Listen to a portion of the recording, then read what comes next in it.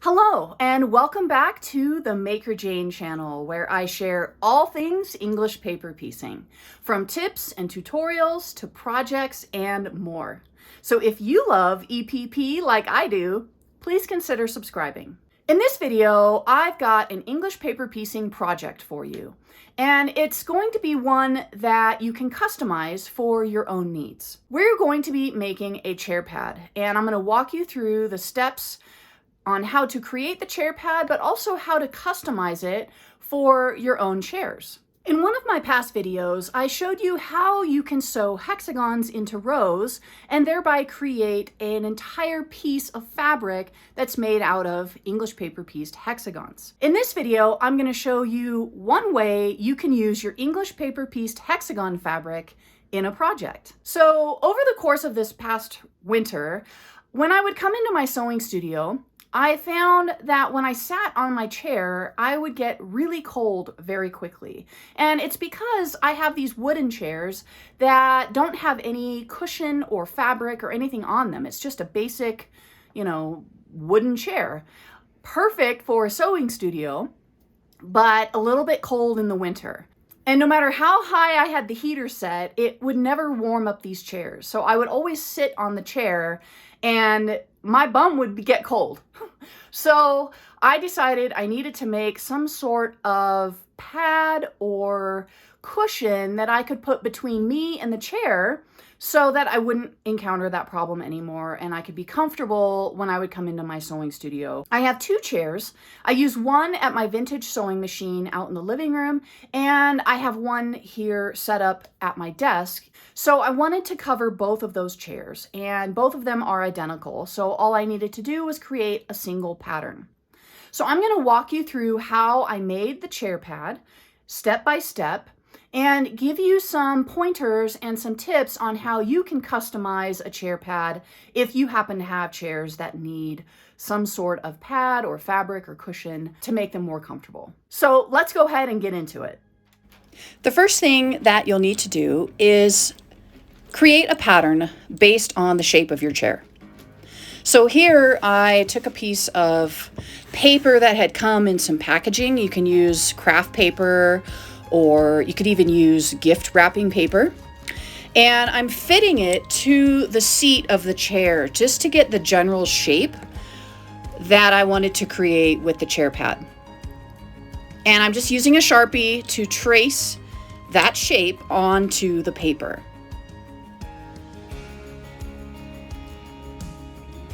And it's pretty crude the way that I did this, but it got the job done, and it just shows you, how easy it can be to make a pattern for a chair or something else that you might need just by using some simple tools.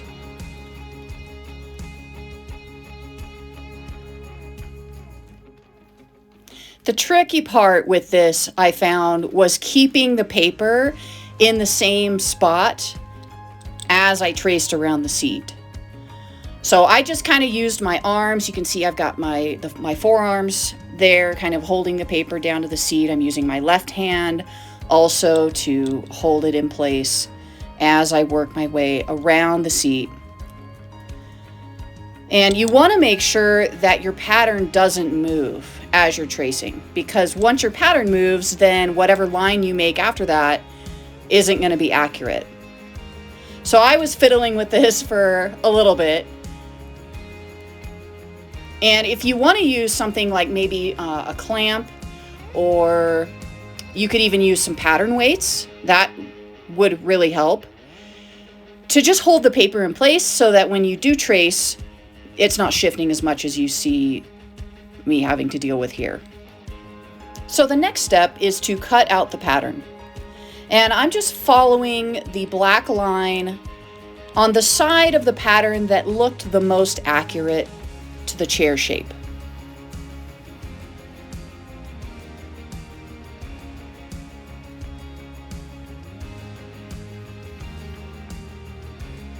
And because my chair is symmetrical, I decided to fold the pattern over on itself to cut out the rest of the pattern so that the pattern would be cut out symmetrical. Had I not folded it over and just continued to follow my tracing line, it would not have turned out even on both sides of the chair pad. So this was a way that I kind of shortcutted that process and made sure that my pattern was symmetrical. You can definitely do the same thing.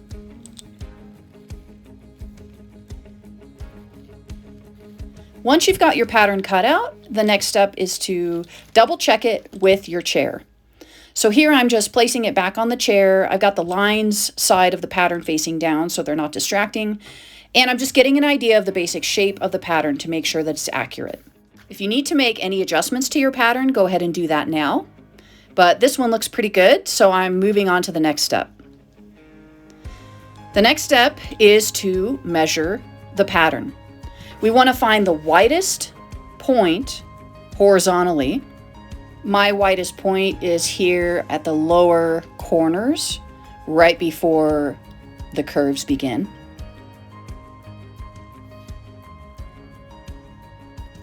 So the widest vertical point is right here in the center. So I measure that. And the purpose of this is to determine how much hexy fabric we're going to need to make for the pattern. So I'm writing down those measurements, and mine came out to about 14¼ by 14�3/8. And then I added 1 inch all around and did the math for that, which brought my final measurement to 16¼ by 16�3/8. The next step is to make the hexagon fabric. So you'll want to grab whatever fabrics you want to use for this project. Here I'm just using a pile of scraps.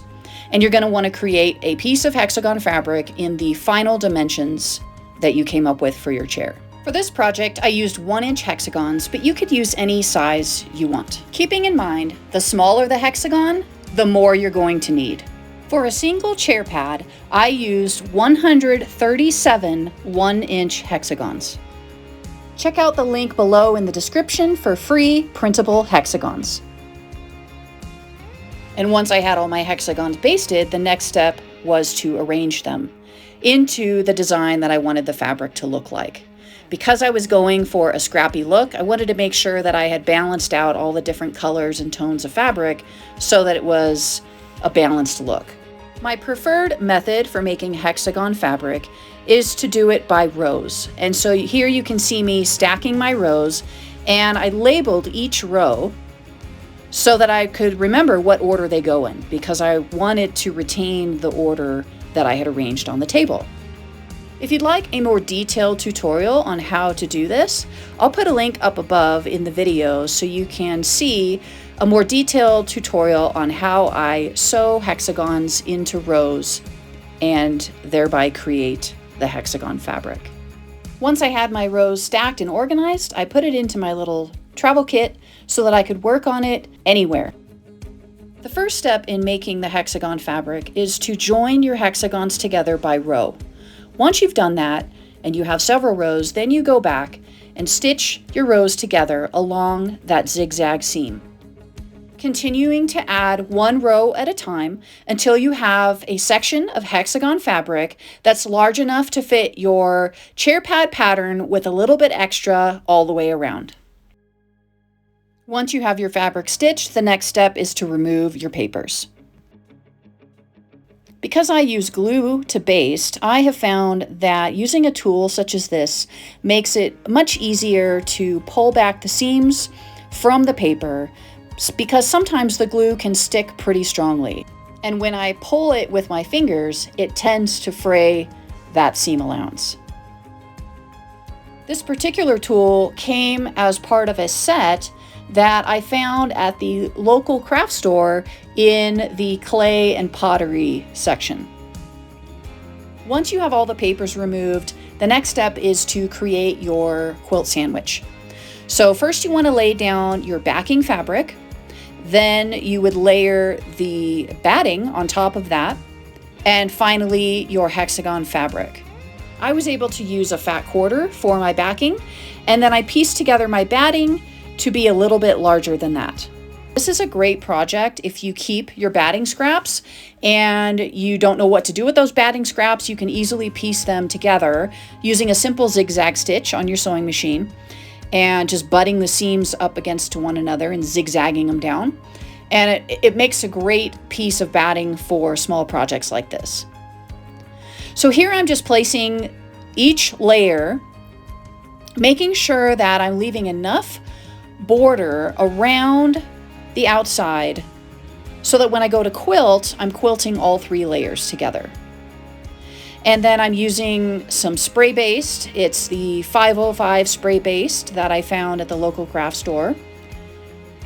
And I just spray 1 layer at a time, the backing fabric, and then gently pressing the batting to that. And then spraying the next layer, the batting, and pressing the hexi fabric down to that. And this is the same exact way that I based larger quilts.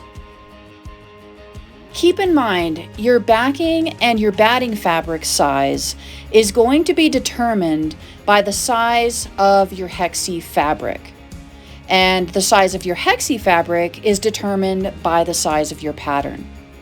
So once you know the size hexi fabric that you need, then you can determine how much backing and batting fabric you'll need.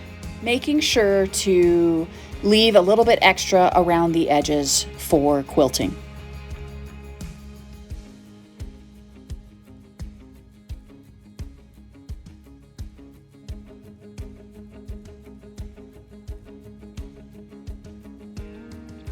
Your pattern should fit inside of your hexi fabric. So because of that, there really isn't any need to press those outer hexagons so that they're a crisp, clean hexagon on the outer edge, because most of that is going to be removed anyway. You can see that I pressed mine, but it's really not that necessary. Once you've got your hexi fabric basted to your batting and your backing, the next step is to quilt the 3 layers together. Here I'm just using a simple diagonal straight line quilting across the entire piece of fabric. You can get as creative with this as you want. I just really wanted to finish the project and I wanted to keep the quilting simple, so I followed some of the seam lines of those hexagons. Once the quilting is finished, it's time to trace the pattern. And first of all, it's important that we center the pattern onto our fabric. So if you are working with a pattern that's symmetrical, you may want to consider this. I'm pretty particular about symmetry, so I wanted to make sure that the center of my pattern lined up in the center of those hexagons. So I'm just placing it here. I put some weights down on the pattern to hold it in place, and then I traced around the pattern. This next step is very important, especially because we're using English paper piecing to make this quilted fabric. The reason that we want to trace the pattern is because we need to stitch an outer edge of the pattern to help hold our EPP stitching in place. Because what we're going to do is we're going to cut off all the extra fabric that we don't need. And if we don't stitch that outer edge first, we could risk unraveling all of our English paper piecing work. So you can see the blue outline here. That is the actual edge of the pattern, which is going to be the edge of the chair pad. So what I want to do is I don't want to stitch right on that edge because we're going to be cutting on that blue line to make that the edge. So I just shift my needle over to the left about 1/8 to 1/4 of an inch, just enough inside so that when I go to cut, I'm not cutting into my stitches. And I'm using that blue line with my presser foot to guide me around the fabric. So basically what we're doing is we are stitching inside of that blue line by about 1/4 of an inch, and that is going to secure our English paper piecing stitches for when we cut into this fabric.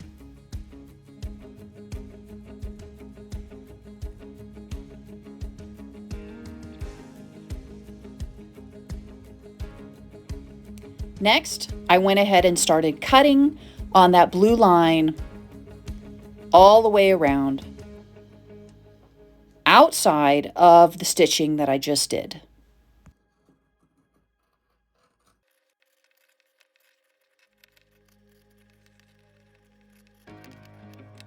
Next, it's time to bind the edges. So I just used some store-bought pre-made binding. You could use your own DIY binding, but it's important to use bias tape binding. So if you do make your own, you want to make sure that you're cutting your binding tape on the bias. Because we're working with curves in this project, we need binding that is cut on the bias. That way it will go around those curves much smoother than binding that is cut on the straight of grain. So here I'm using just a pre-made double fold bias tape binding, and each side of it has two different widths, which you can see here. The top layer has a smaller width than the bottom layer. So I'm placing the top layer, which has the smaller width, on the top of the chair pad. This is so that when I go to stitch the binding onto the chair pad, that bottom layer will get caught in the stitching because it's wider. And I secure the binding to the chair pad. And I prefer to use pins for this because they tend to hold the binding more securely for me than the Wonder Clips, for example. But feel free to use whatever works best for you.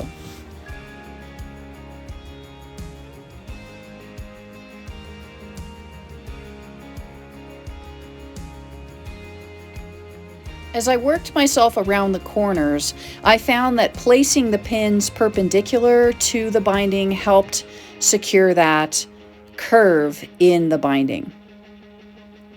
So I just kind of fiddled with it a little bit, tried to reduce the amount of creases and wrinkles as much as possible in the binding as it curved around the edge. You could alleviate this process by creating a chair pad that has squared corners instead of rounded corners. That's up to you. Personally, I really like the look of the curves. It just makes it a little bit softer and more custom fit to the chair that I was designing this for. Once the binding has been pinned all the way around the chair pad, the next step is to stitch the binding down. But before we do, we have to make sure that our needle is in the correct position. So I just moved my needle back to the center position before I started stitching.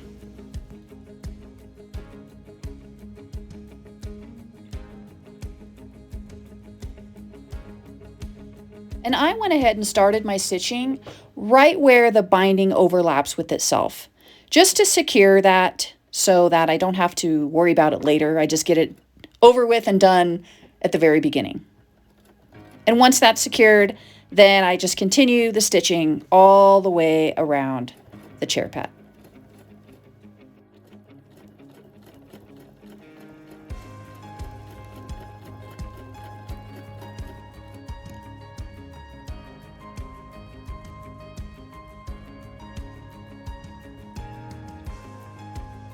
As I came around the corners, I found it extremely useful to use a stiletto to help me to hold the fabric in place as I made that corner. It's very tricky, this part, and it's very easy, almost too easy, to create wrinkles and creases in the binding fabric. So having a stiletto to kind of help hold the fabric in place, as well as using an automatic presser foot lifter, can really help you to make the adjustments that need to be made to create a smooth finish for the binding on these curves.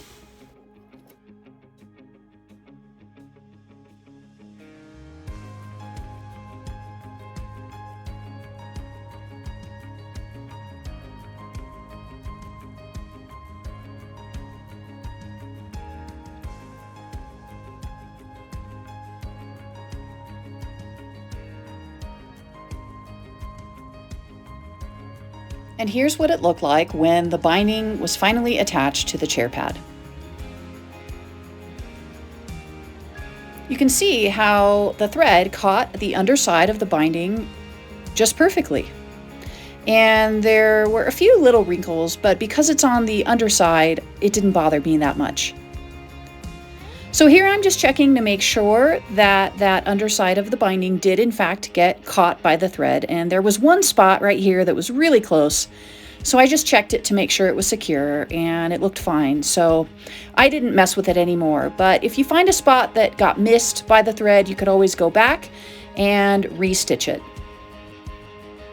Once you've checked to make sure that the binding looks good and up to your standards, the final step for the chair pad is to attach some sort of tie so that you can secure the chair pad to your chair. You could very easily use some pieces of binding strip, but I decided to use some of this hemp cord that I found in my stash. No matter what you decide to use, the attaching method is going to be the same regardless. So whether you use an additional piece of binding or some cord like this, or yarn even, basically you just want to cut it to the size that's going to be long enough to tie around the chair rungs. And then you need to determine where on the chair pad would be the best place to put your ties. Once you've determined the spot that you want to put your ties, you want to turn your chair pad over so that the bottom side is facing you, and go ahead and pin your ties in the spots where you want them to be. I stitched mine to the outer corner of this curve. The last step is to set it on your chair and make sure that you put your ties in the correct spot. You may want to consider basting your ties on first, just to make sure they're in the correct spot before you secure them with more stitching. I was pretty happy with the placement of my ties and the placement of the chair pad on the chair, so I left my ties right where they were. One down, one more to go.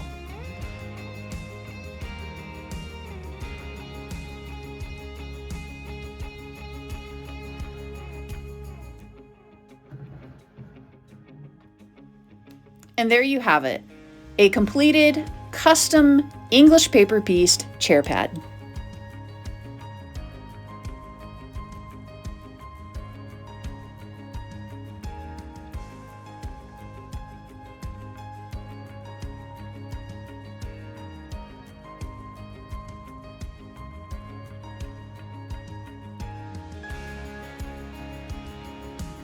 And that's how I made a pair of English paper pieced chair pads. So hopefully this video gives you some ideas on the many ways that you can use English paper piecing. Any project that calls for a quilted fabric is a great opportunity to use your English paper piecing skills to create some quilted fabric.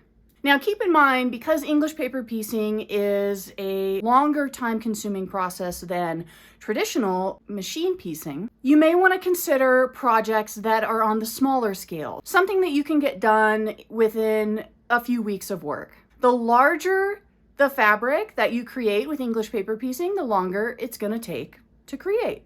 So just keep that in mind.